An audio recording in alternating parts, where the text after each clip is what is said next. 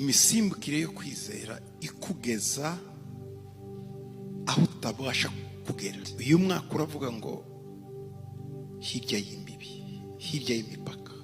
Ni gute wava mu bwato ugizemo igihe kirekire ntububemo ahubwo ukagendera hejuru y'amazi? Reka mbahe inzego eshatu cyangwa se ibintu bitatu bituma twinjira mu misimbukire yo kwizera. Icyambere no gutsinda ubwoba. Nudatsinda ubwoba tuzinjira mu rwego rwo gusimbuka mu kwizera. Uzakomeza uri wa wundi uri muri bwa bwoba bwawe, ukwezi gushire, umwaka ushire, turangize wewe imbere yawe hakiri imbibi. Kandi Imana aravuze ngo n'umwaka udafite inzitizi mu buzima bwawe.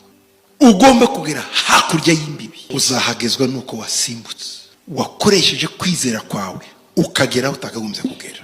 Kugira ngo ugere ku bintu bikomeye uyu mwaka, ikuremo ubwoba. Icya kabiri ni uguhara amagara. Ukavuga ati wane kama mbaya nimpfa mfe nimbaho mbe. Kwizera ni imbuto ugiye kubiba ukazasarura ejo. Ariko icyo Imana igusaba hari amagara. Habamo guhomba, hakabamo no kudahomba. Niko bigenda. Umunsi Yesu apfa byagaragaraga ko ari igihombo, ariko ageze ikuzimu, kuko iyi mbuto ipfuye nicyo gihe ibigiye kugaragara. Nawe nubona ibintu byawe biraboze bigeze ahantu, jya utegereza umuzuko birimo. Ndizera ko uzabona umuzuko muri uyu mwaka. Icya gatatu ni ukureba Yesu, gufikisa amaso yawe kuri Yesu. Ibanga rya Petero gutinda ku mazi, gutinda hejuru y'amazi, kwari ukureba Yesu, kuko niwe wamubwiye. Twasomye ngo agenda hejuru y'amazi asanga Yesu. Ni ryari yakuye amaso kuri Yesu? Ikibazo tugira ni ukumva utugambo twiruhande kandi uri mujya aho Imana yaguhamagariye. Nguri azabishobora. Wowe igeze ubona nyina na se babishobora. Wowe uri mu gihugu bo batazi, kuko wowe deja nta limit. Kuragenda hejuru y'amazi urarebera imiyaga.